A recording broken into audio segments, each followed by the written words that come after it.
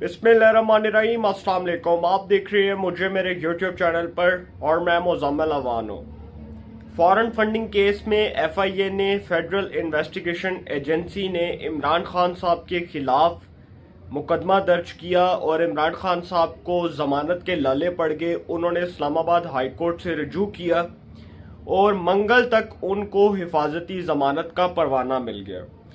इमरान खान साहब को ज़मानत तो मिल चुकी है और वो गिरफ्तारी से भी बच चुके हैं, लेकिन इसके साथ साथ फेडरल इन्वेस्टिगेशन एजेंसी जो फॉरेन फंडिंग केस की तहकीकात कर रहा है, तेज़ तहकीकात कर रहा है, इसमें बहुत सी चीज़ें सामने आने वाली हैं और बहुत सी चीज़ें सामने आ रही हैं। कुछ बैंक अकाउंट्स सामने आ रहे हैं जो बड़ी अहम किस्म की डिटेल्स हैं, वो सामने आ रही हैं। और इमरान खान साहब का बज़ाहिर तो इस केस में बचना बहुत मुश्किल नज़र आ रहा है, लेकिन उसके बावजूद इमरान खान साहब को ज़मानत मिल जाना या इमरान खान साहब को दो बार बार ज़मानतें मिलना जो है वो भी एक सवालिया निशान है। और मेरी समझ से बाहर है कि इमरान खान साहब अगर इतने जराइम करेंगे, अगर इतने बड़े बड़े जराइम करेंगे और उसके बावजूद उनको ज़मानतें मिलेंगी, तो फिर जो निज़ाम इंसाफ है वो फिर दीगर लोगों के लिए इस तर्ज पर क्यों नहीं बना दिया जाता जिस तरह इमरान खान साहब के लिए बनाया गया। ये भी एक सवाल उठ रहा है, इसके ऊपर तो बाद में बात करेंगे।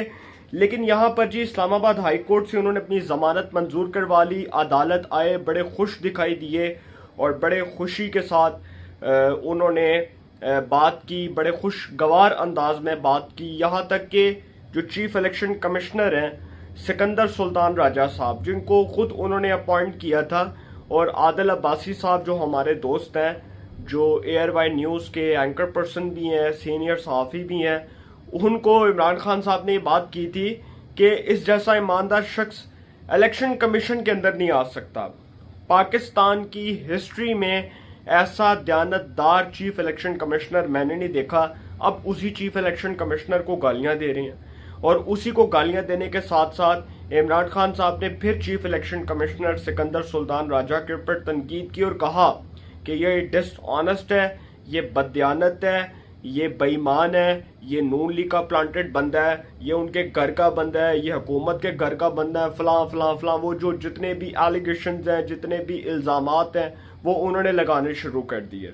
अब यहाँ पर जो इलेक्शन कमीशन के चीफ हैं उन पर तो तनकीद की, लेकिन उससे पहले मैं आपको बड़ी इंपॉर्टेंट बात बताता चलूँ कि इमरान खान साहब ने सहाफ़ियों से गुफ्तगू करते हुए जो कुछ अहम बातें की। उससे पहले मैं आपको एक बात करता चलूँ कि सहाफ़ियों ने बड़े चुभने वाले सवालात किए इमरान खान साहब से। आप समझ लें कि बड़े सख्त सवालात किए। और इमरान खान साहब से ये सवाल करते हुए सहाफ़ियों ने जब सवाल कर रहे थे तो उन्होंने पूछा कि क्या हुकूमत आपको गिरफ्तार करने में कामयाब हो जाएगी। फिर ये भी सवाल किया गया कि नून लीग कह रही है कि आपको भगा भगा कर मारेंगे। आर्मी चीफ से मुलाकात में क्या तय हुआ। सदर मुमलिकत भी आपकी बात करने पर राजी नहीं है, वो भी अब आपकी बात पर एतमाद करते नजर नहीं आ रहे। पंजाब में आपके कहने पर इस्तीफे दिए जा रहे हैं या प्लानिंग हो रही है या ऊपर से फॉन्स आ रहे हैं। ये भी सवाल किए गए, बड़े सख्त सवालात किए गए। फिर इमरान खान साहब ने यह भी बताया, जब सहाफ़ियों ने सवाल किए तो इमरान खान साहब ने एक एक करके तो जवाब नहीं दिया, लेकिन कुछ बड़ी इंपॉर्टेंट बातें जो उन्होंने की जब उनसे फॉरेन फंडिंग के केस के हवाले से सवाल हुआ, तो उन्होंने कहा कि जी हमारी जो फंडिंग है ना वो 1 नंबर है, बाकी पार्टियों की फंडिंग जो है वो 2 नंबर है। सबसे शफाफ फंडिंग जो हुई है वो तहरीक इंसाफ की हुई है। उन्होंने कहा कि जो सबसे शफाफ फंडिंग, जो लीगल फंडिंग है, वो PTI की है। अगर दूसरी जमातों की फंडिंग की इंक्वायरी करवा ली जाए, इन्वेस्टिगेशन करवा ली जाए, तो इन सब की फंडिंग जो है वो 2 नंबर निकलेगी। ये इमरान खान साहब ने कहा।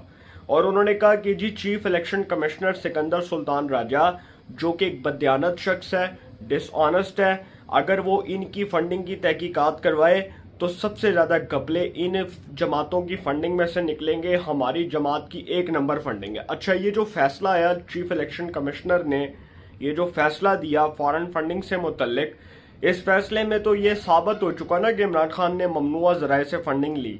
और ये भी पता चला कि इमरान खान साहब ने वो झूठा बयान हल्फी इलेक्शन कमीशन में जमा करवाया जिसके पीछे वो 5 साल छुपे रहे। अब यहाँ पर अंदाज़ा लगाएं कि अगर कोई शख्स आइन के आर्टिकल 62 और 63 के मुताबिक उसके ऊपर पूरा नहीं उतरता तो वो ताहयात फॉर एवर डिस्क्वालीफाई होता है। लेकिन उसके बावजूद इमरान खान साहब आज़ाद दंदनाते फिर रहे हैं। और मैं हैरान हूं कि अगर पाकिस्तान में कानून इमरान खान साहब की मर्जी के मुताबिक बनेगा, और आपने देखा तौहीन अदालत केस में उनको रिलीफ मिल गया, अगर फॉरेन फंडिंग में मिलता है तो बहुत से सवालात उठेंगे। फिर पाकिस्तान में ताहयात नाहली वाला जो कानून है वो तो सिरे से ही ख़त्म कर देना चाहिए, उसकी तो कोई नज़ीर और मिसाल होनी ही नहीं चाहिए। अब इमरान खान साहब ने अपना मौक़िफ़ रखा, फिर बार बार इमरान खान साहब को अदालती रिलीफ, मैंने आपके सामने ये पहले भी व्लॉग स्टार्ट होने से पहले सवाल रखा कि बार बार इमरान खान साहब को जो अदालती रिलीफ मिल रहा है, इसके बावजूद इमरान खान साहब अगर एक केस से निकलते हैं तो दूसरा केस उसमें फंस जाते हैं, एक केस से निकलते हैं दूसरे केस में उनकी गर्दन कड़के में आ जाती है। तो इमरान खान साहब अगर एक केस से आप समझ लें कि क्लीन हो जाते हैं तो इतने केसेस गवर्नमेंट ने बना दिए हैं कि गवर्नमेंट ने ना उनको आगे का छोड़ा है ना पीछे का छोड़ा।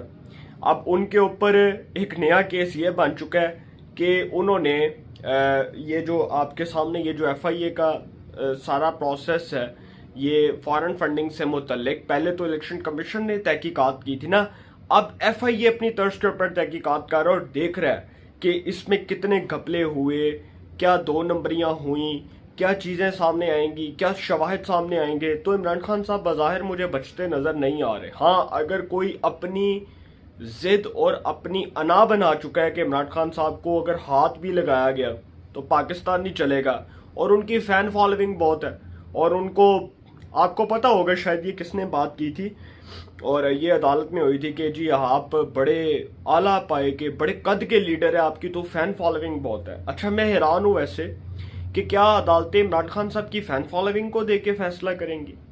अगर इमरान खान साहब की फ़ैन फॉलोइंग को देख के फैसला करना है तो सर फिर तो नवाज शरीफ की फ़ैन फॉलोइंग भी बड़ी है, फिर तो वो 3 दफ़ा इस मुल्क के इलेक्टेड प्राइम मिनिस्टर रहे। इस तरह तो बेनज़ीर भुट्टो की भी फ़ैन फॉलोइंग बहुत है जो 2 दफ़ा इस मुल्क की इलेक्टेड प्राइम मिनिस्टर रहीं। अगर आप इस तरह के रिमार्क्स देंगे जो कि टू बी वेरी, मैं बड़े रिस्पेक्टफुल मैनर में ये बात कह रहा हूँ और बड़े इज्जत और एहतराम के रिश्ते के साथ बात कर रहा हूँ कि अदालतों के फैसले नज़ीर हैं, मिसाल हैं, बिल्कुल मिसाल हैं, और उनके ऊपर तनकीद नहीं होनी चाहिए। लेकिन इख्तलाफ राय, हम कहते हैं ना कि इख्तलाफ राय जमहूरियत का हुस्न है, तो इख्तलाफ राय करना तो हमारा हक है, इख्तलाफ तो हम करेंगे। और अगर इमरान खान के लिए कोई और कानून होगा और दूसरों के लिए कोई और कानून होगा तो फिर सर निज़ाम इंसाफ, निज़ाम अदल के ऊपर सवालात तो उठेंगे और उठते रहेंगे।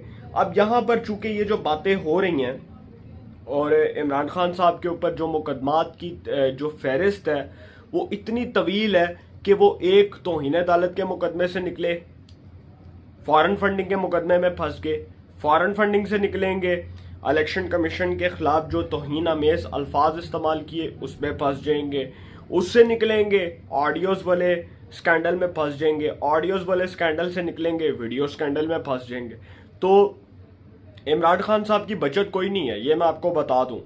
बचत सिर्फ इस हवाले से होगी कि अगर इमरान खान साहब ने कोई माफ़ी तलाफ़ी करके कोई मामला रफा दफा करने की कोशिश की तो माइट भी पॉसिबल उनको माफ़ी मिल जाए या उनको माफ़ कर दिया जाए। लेकिन यहाँ पर केस जो हैं उनकी नौयत बहुत संगीन है। जो केसेस इमरान खान साहब के ख़िलाफ़ बने हैं ये केसेस बिल्कुल भी बचगाना केसेस ना इनको तस्वुर किया जाए, ये बड़े सीरियस मैटर के केसेस हैं। और इसमें इमरान खान साहब को अगर बचाया जाता है, मैं नहीं कहता बचाया जाता है, अगर बचाया जाता है तो सर फिर ये पाकिस्तान में तमाशा लग जाएगा कि इमरान खान साहब के लिए अदालतों ने नया कानून बना दिया और दूसरों को जो इन्हीं केसेस की तर्ज पर सजाएं हुई हैं, यही तौहीन अदालत के केसेस, यही आर्टिकल 62(1)(f) के केसेस, अगर इन्हीं केसेस में उनको सजाएं हुई हैं तो फिर इमरान खान साहब कैसे बरी ज़िम्मा हो सकते हैं? ये सोचने की बात है ना।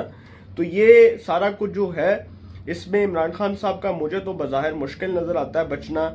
और वो क्या मैं बात करूं, एक वक्त था इमरान खान साहब जब रियासत मदीना की बातें किया करते थे, जब वो अपने दौर में रियासत मदीना की मिसालें दिया करते थे, जब वो वज़ीर-ए-आज़म पाकिस्तान के मनसब पर फाइज थे, तो उस वक्त वो शरीफ ख़ानदान को अदालतों में पेशियां भुगतने के ताने दिया करते थे और कहा करते थे कि देखो कुदरत का इंतकाम देखो, ये इक्तदार में थे, इनको अदालत में पेशियां भुगतनी पड़ी, आज खुद ही जमानतें करवाते फिर रहे हैं, आज मुंह दिखाने के काबिल नहीं रहे किसी को। आज इनकी फैन फॉलोइंग देख लें आप, ये जो कहते हैं ना लोग बड़ी फैन फॉलोइंग, सर मैंने आपको पहले भी बताया था कि अदालतें किसी की फैन फॉलोइंग को देखकर फैसला नहीं करती, अगर करती हैं तो फिर बड़ी बदकिस्मती है इस मुल्क की कि इमरान खान की फैन फॉलोइंग को देख के अदालतें फैसला कर रही हैं।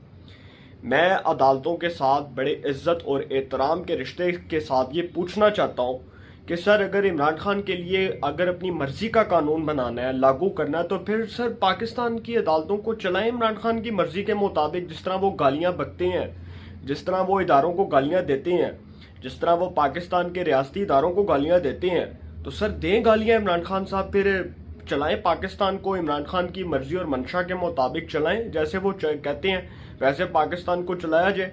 लेकिन यहाँ पर कैसा वक्त आ चुका है कि इमरान खान साहब जो अभी तक ये बातें कर रहे थे कि मैं जेलें भर दूंगा, जेल भरो तहरीक चलाऊंगा, सर अब जमानतें करवाते फिर रहे हैं। किस मुंह से बात करते हैं जेलें भरने की? अब ये जो चौधरी अदालती वज़ीर आला चौधरी परवेज लाई को एक ऑर्डर पास किया कि तुमने जेलें भर देनी है, राणा सनाउल्ला नू पा दे, राणा मशहूद नू पा दे, अवैस लगारी नू पा दे, ख्वाजा इमरान नज़ीर नू पा दे, सबको जेल में डाल दो, मलक अहमद खान को जेल में डाल दो, उसके बाद मियां मरगूब को जेल में डाल दो, मियां मुश्तबा शुजाउर रहमान को जेल में डाल दो, सारियां नू जेल च पा दो।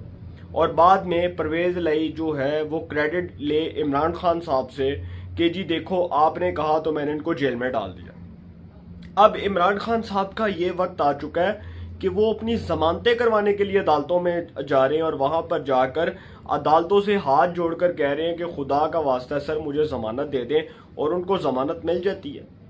ये बेशक मिल जाती है, लेकिन ये देखें कि वो लीडर जो कभी ताने दिया करता था दूसरों को कि ये जी शरीफ खानदान जो है और ये जरदारी खानदान जो है ये अदालतों में इनको घसीटा जा रहा है, मैं इनको अदालतों में घसीट रहा हूँ, ये नहीं बचेंगे। आज सर इमरान खान साहब का वक्त देखें कि खुद आज अदालतों में चक्कर लगा रहे हैं, जमानतों के चक्करों में जलीलो ख्वार हो रहे हैं और अदालतों में जाकर अदालत से रिक्वेस्ट कर रहे हैं कि खुदारा मुझे ज़मानत मिल जाए, मैं इस काबिल नहीं हूँ कि मुझे ज़मानत दी जाए। वैसे तो मैं वैसे बात कर रहा हूँ कि इमरान खान साहब इस काबिल नहीं है उनको कि उनको ज़मानत दी जाए, लेकिन फिर भी अगर उनके ऊपर इतना सॉफ्ट कॉर्नर है तो बड़ी अच्छी बात है सर, उनको ज़मानतें मिल रही हैं। तो जी ये है पाकिस्तान में इंसाफ और कानून के स्टैंडर्ड्स, जिसको अदालत को देखना पड़ेगा, नज़रसानी करना होगी, और आप भी अपने राय का कमेंट्स में ज़रूर इजहार कीजिएगा, मेरे भी नॉलेज में इजाफा होगा और आपको भी इन चीज़ों के बारे में लम्हा ब लम्हा अपडेट्स मिलती रहेंगी। तो इंशाल्लाह जी एक नए सेगमेंट के साथ फिर मुलाकात होगी। अपना बहुत ख्याल रखिएगा। आला ने के बाद।